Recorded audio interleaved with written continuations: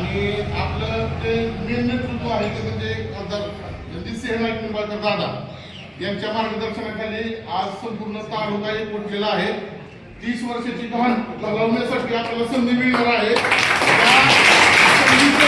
त्या ठिकाणी आपल्याला सोनं करायचं आहे.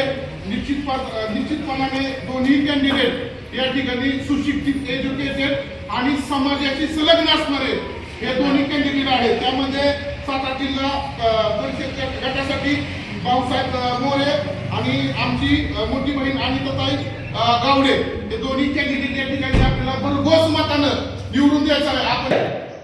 आपण ज्या मंदिरामध्ये बसून त्या घोषणा दिलेल्या आहेत, मला या ठिकाणी म्हणजे मनापासून असं वाटतं मी काय भाषण करणार एखादा प्रवक्ता नाही किंवा काय नाही.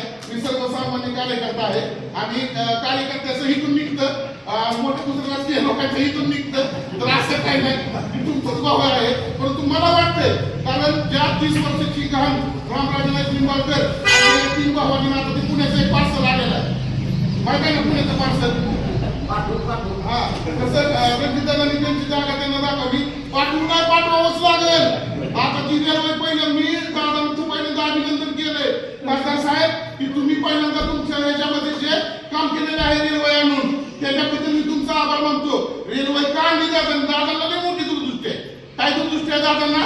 ही अहमद अकबर अँथोनी ती गोंसावले म्हणजे रामराजे नाईक निंबाळकर, संजय बाबा, बिट्टू बाबा आणि पुण्याचं आलेलं पार्सल एका फटक्यात 14 जणांचं सामान फलटण टू पुणे. आता जास्त कार्य करायला लागतं म्हणून रेल्वे जावं लागतं. त्यामुळे सगळ्यांनी लक्षात ठेवायचंय की या दोन्ही कॅन्डिडेटला भरघोस मतानं विजय करायचंय. आपण मंदिरात बसलो आहे, सर्विसन साथ देणार का? खोटं बोलायचं नाही. जे साथ देणार त्यांनी हातवर करायचं आहे.